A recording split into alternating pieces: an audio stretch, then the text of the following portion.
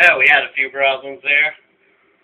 What's that? We had a few problems there. Good afternoon, everybody. Welcome once again to the Meat and Potato Show. I am your host, Christopher Mader, Conservative Talk and Awesome Rock, proving once again that the Meat and Potato Show is nationwide, calling all the way from the Pacific Coast, Oregon, Republican senatorial candidate Mark Callahan.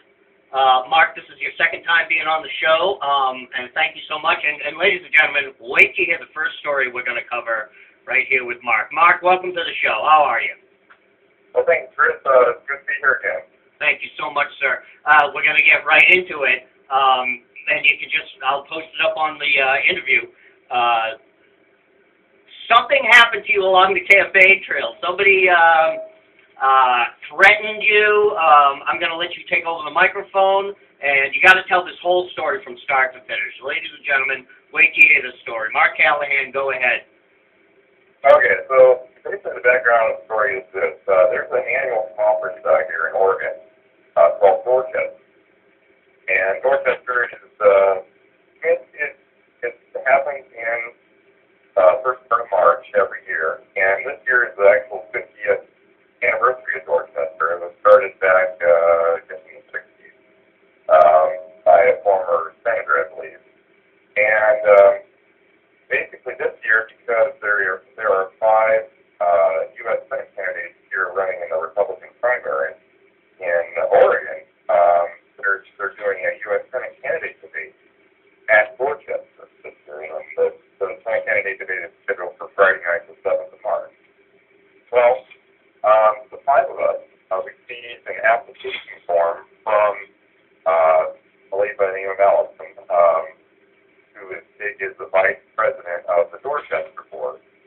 And basically that application stated on it that they're trying to determine campaign viability in terms of being able to be participating in the U.S. Senate candidate Dorchester. Right. Your numbers are good, though. Your numbers are good. So, basically, my application had to be one page, had to include things like our campaign finances and stuff like that. I got the impression from the application that they were basically determining who is credible and who is not based on the amount of campaign funding that candidate has.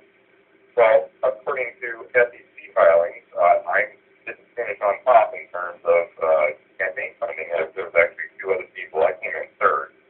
In terms of campaign funding, well, I don't think campaign funding should be the major part of determining whether campaign is viable. Wow, that's how they're determining it, huh?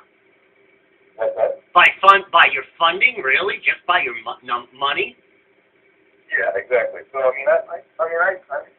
going along here, and not going along, but I have funding. It's mostly self-funded right now, but basically, I didn't want to be screened out of being able to participate in the Dorchester U.S. Senate candidate debate based on money. And I talked to Allison a couple months ago, and I got the impression that basically viability was basically determined by money. So I went online, and I encouraged my supporters online to contact Allison to basically tell her that they wanted me to be able to participate in the U.S. Senate candidate debate at Dorchester. So, in order to contact her, I put the address that was the postal mailing address that was on the application form or letter that I received on my Facebook post. And I also put the phone number that I had, as well as the email address that I had for Allison on the Facebook post. So my supporters did contact Allison regarding... Sure. What's that? Sure. Go ahead. Yeah. Yeah, exactly. So basically, over the course of about 3 days, I only had to post up for about 3-4 days. And in day 2, I think it was at the end of day 2, Allison's husband, Scott, called me up, and he basically is yelling and berating and screaming at me and trying to intimidate me on the phone, and he basically said, I'm going to come and get you effort. I'm not going to repeat the episode on the radio. Right. But basically, that's what it was. That's what the threat was. And honestly, that kind of shook me up. I was in the garage at the time, putting tire seams on my car because it was snowed here in Oregon. But yeah, I mean, and the Scott guy is a Republican, and he basically had said he threatened me, and he's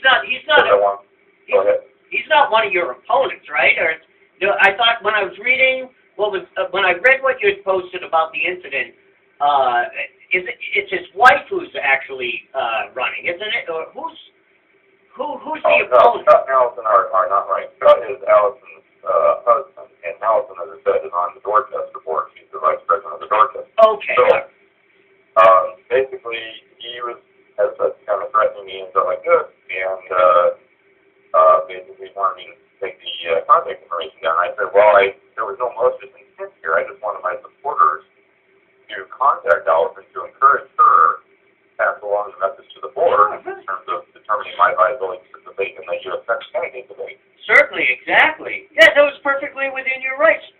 Well, is there what's the press saying about this? What's going on? Has the local press picked this up? What's going on with that?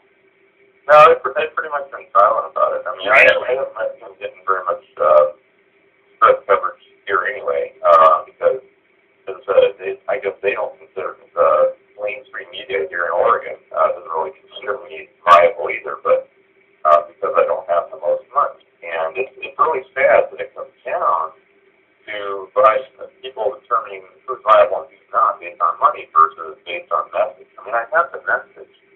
I have the message of freedom. I mean, we need to get our country back on the right track. Just because I don't have the most money in a race doesn't mean my message isn't validated. Yeah, but how are you doing? I've seen a lot of your YouTube posts and been following your campaign. You're going out to rallies. You're talking to people. Do you feel energized in the campaign? What's going as far as just talking to people and going out to rallies? Are you getting more recognition that way? Yeah, oh yeah. I mean, I'm feeling great out there at rallies. I mean, I'm getting a lot of positive response. People come up to me and say that they'll vote for me, and I think that's great. I mean, but as I said, we're still in a down economy here, and with 5 primary candidates, money is going to who they think is basically going to be what they refer to as viable, but I consider myself viable. There's other people out there that consider me viable. They want me to stay in the race. I'm going to stay in the race. I'm not going to drop out. I don't back down. And, I mean, I'm going to stay in this for the long haul because Jeff Merkley needs to be removed from office. Is this... Karl Rove said he wants to destroy the Tea Party and take them out of the next election. Do you think that there might be forces aligned in Oregon that are, well, let's get rid of this guy? Do you even if you don't have facts, just tell us what you feel. What do you think?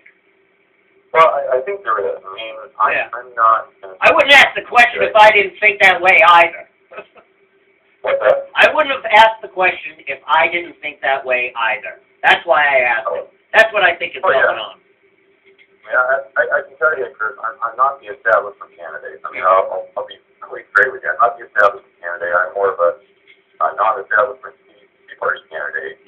And there are forces here in Oregon that are the establishment, and they don't want me to win. And just last night, I actually went to a Lincoln Day dinner up in Multnomah County, and I was confronted by a gentleman that claims to have been a Republican. And he was basically all in favor of Common Core. And I'm thinking, why are you in favor of Common Core? Common Core is socialism and evil, and it's go away. And he was basically saying, well, Common Core isn't that bad. Well, I'm thinking, you don't know what you're talking about. You call yourself a Republican? Here's some on that. Also, I defended my position on Common Core, against Common Core, it needs to be eliminated. And the guy basically says, ended the conversation, he says, well, I hope there's a better Republican than you that's going to be getting elected to Senate. Oh, my gosh. You know, I mean, this guy, I don't know whether he was trying to just cause trouble or what, but that's who I would refer to as an establishment. Right. It's really sad. It's really sad that this is Well, they said it. They said that they were going to try to marginalize the Tea Party. They were going to try to marginalize outsider campaigns.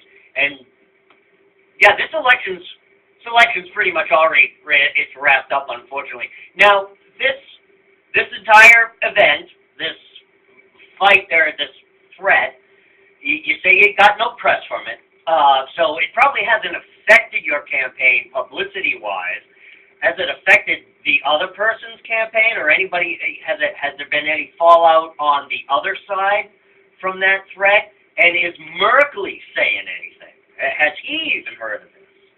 Well, the person that made the threat is running for office. I mean, he's a former. That's what I'm saying. He ran for office in the past as a congressional candidate, but he's not actually running for office this time. But the point is that, I mean, it's a well-known fact here in Oregon that the liberals want to run doorsteps, and they're establishment liberals in that respect. And so, I mean, I don't know what it is. I mean, I don't know how far I can go in terms of being able to classify the guy that made the threat against me as a liberal. But the point is, I mean, I'm not your typical politician. I'm not your typical candidate here because I'm not established. No, you're not. And this is the reason why you're on here again on this show, and you're going to be coming back again throughout the campaign. And I think the Republicans, they're like old generals in the Army. They always fight the last war, and the Republicans, they're fighting the last war. And I think they're still sticking to the LSM, the lamestream media, the regular outlets. They're already lining up the big money people with the big backing. They're going for that star power, and when I say star power, I mean what looks good on television, or what can be sold, I guess, on television. And yeah, they're ignoring media like my media. And there's thousands of us across the country doing stuff like this, and they're all ignoring that. Whereas people like you are coming on to the underground media. And I think your message is actually it's reaching far more people than what you would have from the mainstream media. So I think you're still on the right track. I understand what you're saying about how you're not getting the press coverage because of your money. Well, maybe you're just gonna have to push it further. Is what you're gonna have to do, Mark. Instead. Yeah, well, as I said, I don't back down. No. I said I committed to this. My family is committed to this, and this is what we're going to do. And I mean, we'll see what happens on May 20th when the primary election day is here in Oregon. But, this is true. All I can do, I got a lot of drive. I got a lot of passion, I got a lot of drive, and a lot of motivation. And it's the message of freedom that I'm out there. And I tell you, I work during the daytime, and I do campaign events at nighttime. And I get off work generally about 4:30, and then I go to the next campaign event. And before I go to the campaign event, I find nearest McDonald's or Taco Bell or some other fast food restaurant, get myself a quick hamburger or a taco, change into my campaign suit, and I'm going to the campaign event that night. So. Good for you. Good for you. Let's move on here. Let's talk about Congress. Let's talk about the power of Congress. It seems as if Congress today, they're making up their own set of rules, their own parameters. Then they label them as constitutional. We're perfectly within our powers to do that. Let's look at the Affordable Care Act. It originated in the Senate, so ipso de facto, it is therefore unconstitutional. Constitution clearly states all bills, all laws, all appropriations, all of that stuff originates in the House of Representatives. Now, I've been reading a bit about Jefferson, and the section I'm reading from has to do with Hamilton's idea of a central bank, and of course a lot of the founders were against it, especially Jefferson. He agreed with some of the legal merits of it, he just didn't like the idea in general. But getting back to what I was saying about how Congress is just completely out of control right now. Let me read from the book, and I'm going to quote from Jefferson also. It's about constitutional originality and how to define from the Constitution. This is one reason, though not the only one, why he, Jefferson, went farther than his friend, Madison, in advocating what has come to be known as the strict construction of the Constitution. The force of his argument at the time lay in his contention that the words of the Constitution meant precisely what they said. Jefferson goes on to say, quote, "To take a single step beyond the boundaries thus specially drawn around the powers of Congress is to take possession of a boundless field of power, no longer susceptible of any definition." Now, he was talking about creating the central bank. We all know that as the Fed now, and that's really not the question I'm asking here. I'm talking about Congress. The ACA, completely unconstitutional, yet it's somehow the law of the land. Executive orders run amok. I have a pen and I have a phone. We've entered this new boundless field, haven't we? I agree. Yeah, I mean, basically, we need to get our government back to being based on the Constitution. I mean, as you know, the Constitution is a document of negative liberties. It tells the government what it can't do. And our rights as citizens, as Americans here, are given to us by God. And so when you have our U.S. Constitution, it basically restricts what the government can do or cannot do. And basically, they overstretch their boundaries. I mean, they think they're above the law, and they're not following the Constitution. They have these weird ideas of basically interpreting like the General Welfare Clause or the Commerce Clause as being so expansive as opposed to socialist Obamacare or the Affordable Care Act. I call it Obamacare or Mercy Care because Mercy voted for it. Of course. But the point is they're going. It's extra constitutional, and it's not what our country's about. It's not what our country was founded upon. Now, now the funding for ACA comes out of Congress itself. I was at the rally last September last year. Everyone, of course, blamed the Republicans, even though that the Republicans, I think they put through at least 2 or 3 continuing resolution bills to fund the government. What would you do? Let's say you win, you get in. What would you do to at least start the process, to start peeling back this process, to get it back within the strict construction of the Constitution? Well, I definitely start with full repeal of Obamacare, and I mean that's socialism. That needs to go away. It's not what our country's about. Second thing I do is basically, I mean, if we can maintain a majority in the House and get a majority in the Senate, and actually have the House basically grow its spine, and the Senate actually have a grow its spine as well, we need to impeach that president of ours, because I mean that's the words of a dictator, where he says he has a pen and a cell phone. I mean that's dictatorship right there, and that's not what our country's about. Third thing I would do is basically, I mean, there's going to be no more of these 2,700-page bills that they pass in the middle of the night. You know, I mean, come on. I mean, we have enough regulations here as it is, and we shouldn't be passing these bills that are based on Marxism and socialism. You know, I think it's something like 80,000 pages of regulations a year. Yeah, exactly. And the majority of those regulations don't actually affect big business.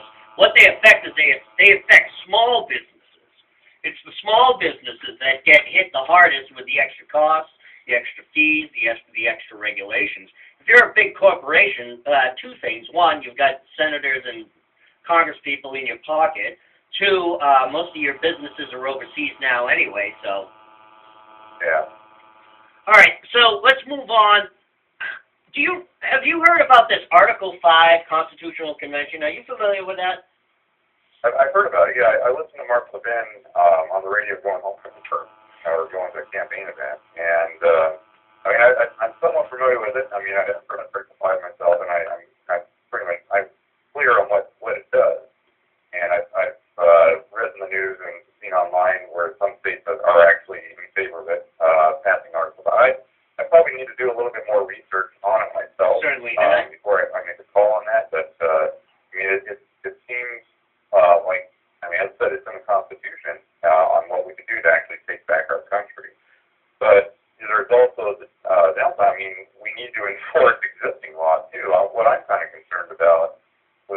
5 is that if we have what they're referring to as a constitutional convention, that there's the liberals are going to get in there somehow, sabotage the process. Yeah, let me stop you there actually, because a couple of weeks ago I was talking to a wonderfully intelligent woman, Catherine White. She does a seminar, a speaking tour that she does around here, from ConstitutionDecoded.com. Intelligent woman, well versed on the Constitution. And in the interview that I had with her a couple of weeks ago, one of the things that she mentioned is a constitutional convention is a good idea. That is, if you had somebody like Jefferson or Madison or Washington or Adams, even Hamilton, if you had those people, even somebody like maybe Lincoln or some of our later founders and cabinet members through the early 1800s, you could have had that. It could have possibly worked. Some Supreme Court justices from the day. But today, if you had one today, you need to think about who's going to show up as a delegate. You're going to have Lizzie Warren from Massachusetts, Deval Patrick from Massachusetts. From your plate, you're going to have Merkley. Out in California, you're going to have Feinstein, Jerry Brown, and Nancy Pelosi showing up to these things. These people are going to rewrite the Constitution or add an amendment. Are these really the people you want actually at one of these types of conventions? Go ahead. I can tell you, I don't want Pelosi there, or anybody like her, because this is the fast before you read it, and that's not what our country's about in the first place. So, yeah, we shouldn't be having. I'd have to do more research on it, but I am kind of concerned that it would be sabotage. And of course it would be. Of course it would be. But I have an intrinsic feeling, though. This year, I think people like you are going to do well this year. I think people in the Tea Party is going to do well. I'm not sure how well our numbers will turn out. I think we're going to do well. And I think it's going to work well for Republicans in general. But the evidence is clear, and the media is tanked, and they're biased for the liberal progressive agenda. And we also live in a police state, and millions are covering this worldwide on YouTube. I'm covering it also. It is as if we have entered a badly written science fiction, grade B Hollywood movie of government control here, but it is not. It's real, it's in our faces, and I know you know what I'm talking about. I know you've seen some of the stuff that's out there. I mean, we have small cities and towns, and I'm sure it's happening in Oregon. You've got 5,000 to 6,000 people living in the town, and their police force has SWAT gear and an MRAP vehicle. And it's like, why? Why do we need that? We live way out in the mountains. What do we need that for? But, yeah, so the police, everything's becoming militarized. That's part of NDAA, and that just keeps going through. What's your opinion on that? What would you like to see change on that? Well, I've been attending some Oath Keepers meetings here in Oregon. Oath Keepers is a great organization. They basically represent, or they have people in the organization that are going to hold their oath. So I've learned about Section 1021 and Section 1022 of the NDAA, the indefinite detention parts of the NDAA. And that's not constitutional. I mean, that's tyranny right there. Mm-hmm. And what my concern is that when you have organizations like NOAA, the National Oceanographic Atmospheric Administration, that's buying millions of rounds of bullets. Why does NOAA need bullets? Honestly, here. Mm-hmm. So it's like our own government is arming against us in preparation for some sort of insurrection or something. And it's not what our country is about. And you have the NSA spying on it. We have IRS. We have drones. They just killed them. We have EPA now that's using drones. They catch people doing stuff, and that's not constitutional. The EPA is a rogue, distasteful organization, in my opinion, and it needs to come. Yeah, the drone strike just killed somebody up in North Dakota or something. Somebody who had stolen a couple of cows or something crazy like that. It was insane. Yeah. So we need to get our government back based upon what's in the Constitution, and anything else in regards to socialism or even Common Core is not what our country is about. And Common Core needs to be eliminated. And Obamacare needs to be full. So have you been looking into a lot about Common Core over there in your area? What's happening in Oregon as far as Common Core being implemented? Well, Common Core is being implemented here. It was voted inside the Oregon Legislature back in 2009. And then there's been successive bills over the last 4 or 5 years. Because Common Core supporting the implementation of Common Core. One of my opponents actually voted for a bill supporting a Common Core. And I'm noticing in my kids' schools, I got 2 daughters myself, 10 and 11, and I'm seeing it on their homework. I mean, when they're bringing home homework, Sure. when they do bring home homework, they bring home very little homework anymore. Nowadays, the Common Core is in place. But I'm seeing it on their homework. They're getting asked questions like, what is the reasonable answer with the keyword being reasonable? And I'm thinking to myself, in math, for instance, there's only one right answer, and there's a wrong answer. Exactly. Now, this is a math question that you're talking about. It doesn't matter what's reasonable. You know, it matters whether you get the right answer or the wrong answer. And when you have things like these liberal keywords like reasonable, I mean, when you go to a bank, the bank isn't going to, you're not going to tell the bank, well, the balance of my checking account or checkbook is reasonable. You know, I mean, they're not going to care it's either right or wrong. You know, you balance the check, you don't. And I mean, it doesn't matter whether it's reasonable or not. Same thing goes with like the IRS. You know, you file your taxes, and the number has to be right on. It just can't be reasonable. You know, I mean, come on. You know, we have to either be right or we have to be wrong. It has to. I mean, there is no reasonable thing about it. You know, so. Sounds like you have been doing your research. I know you have children there. Exactly. There's three laws, 70, 79, and 94. I got the paperwork somewhere here in front of me.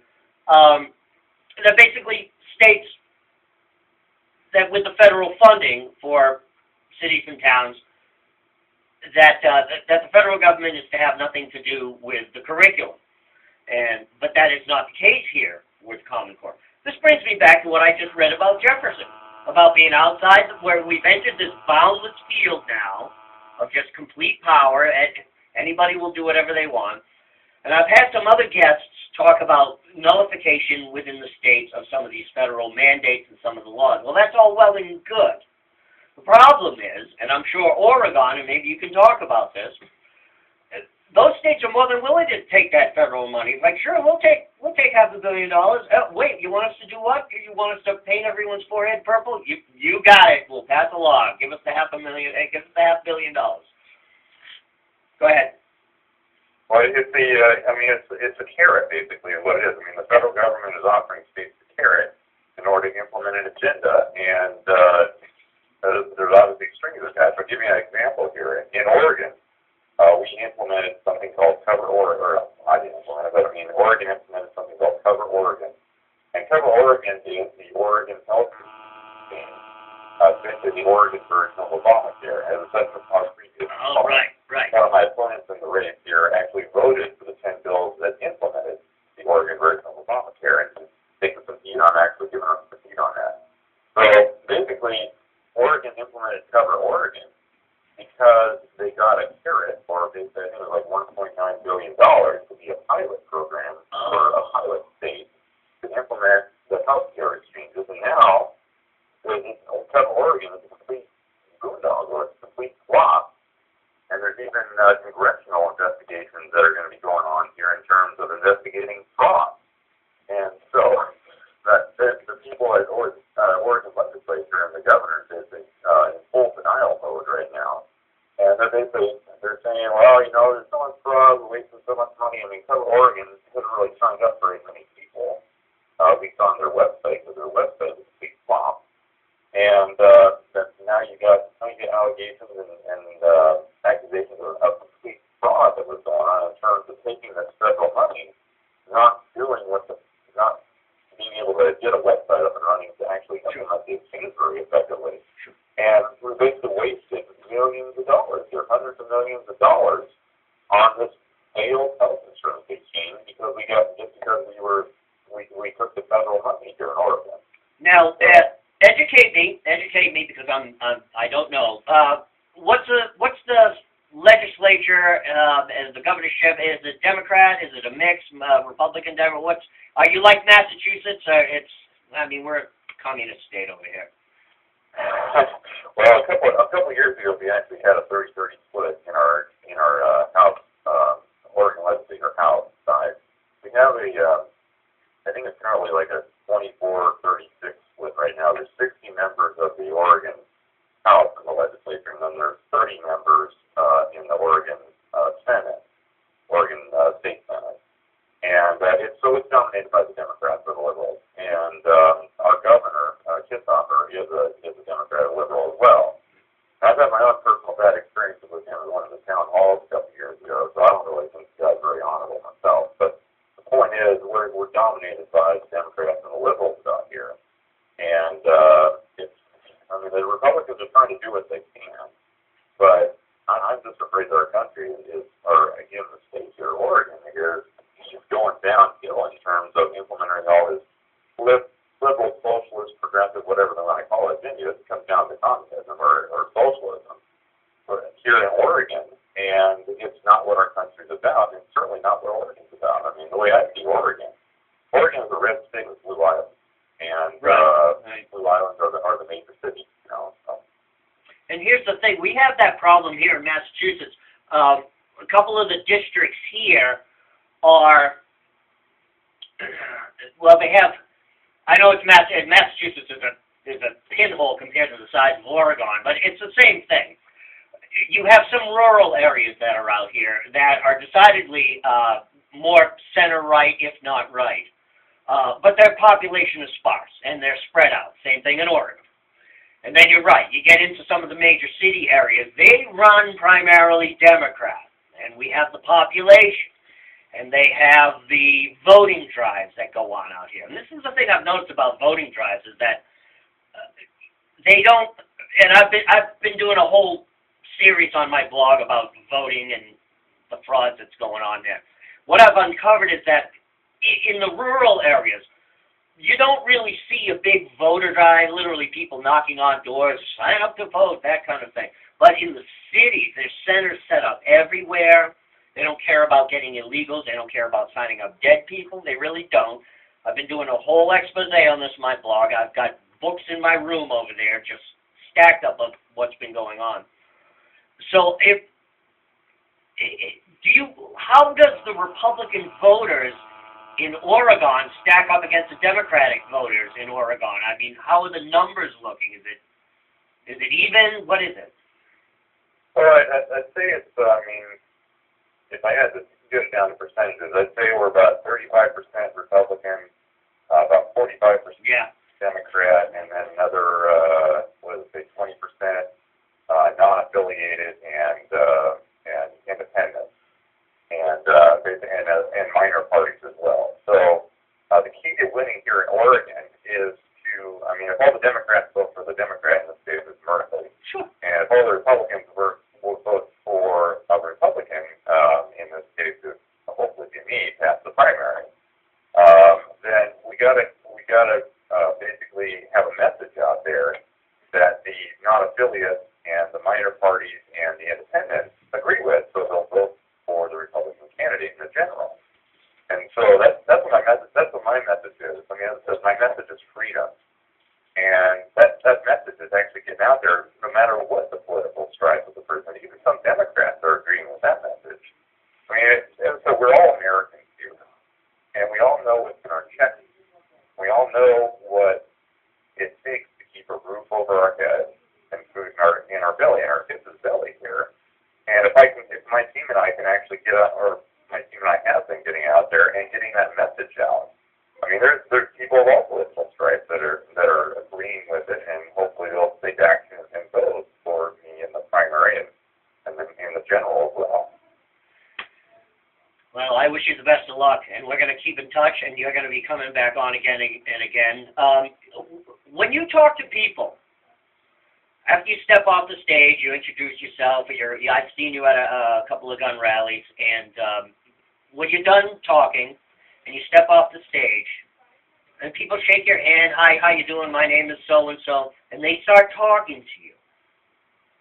What do you hear? And I know sometimes you got to talk to businesses and listen to them.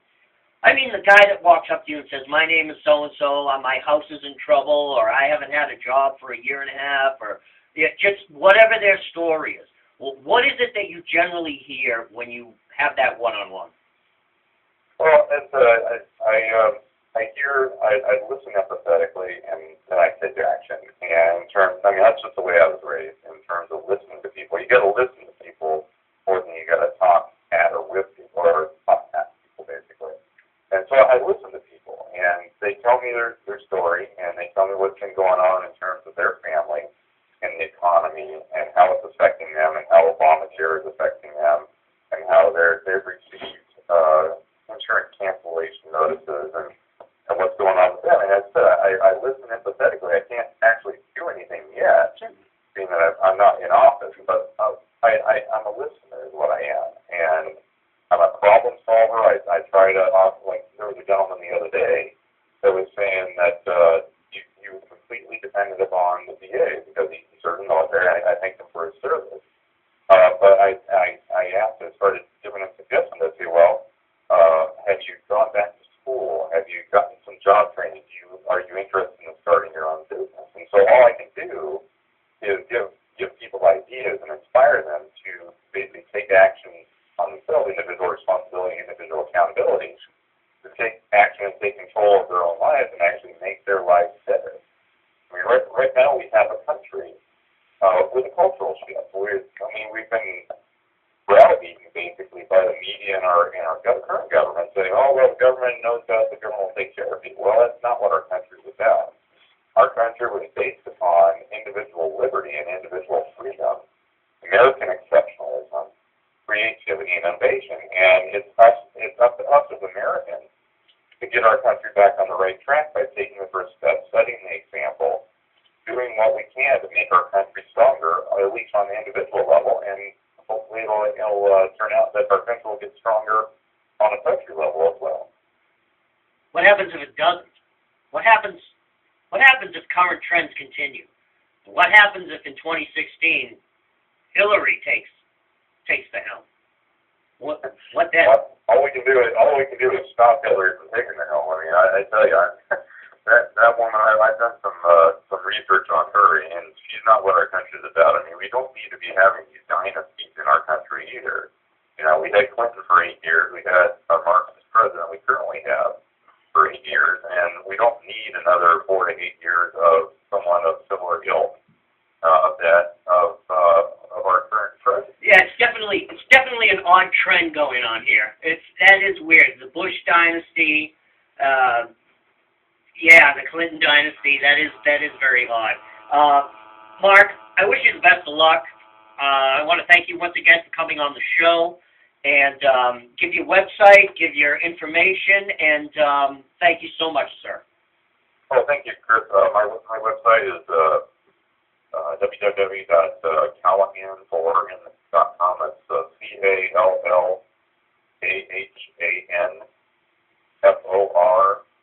CALLAHANFOROREGON.com. And I have a Twitter handle, too. It's at Callahan, and then number 4, and then Oregon, CALLAHAN, and then number 4, and then OREGON.com.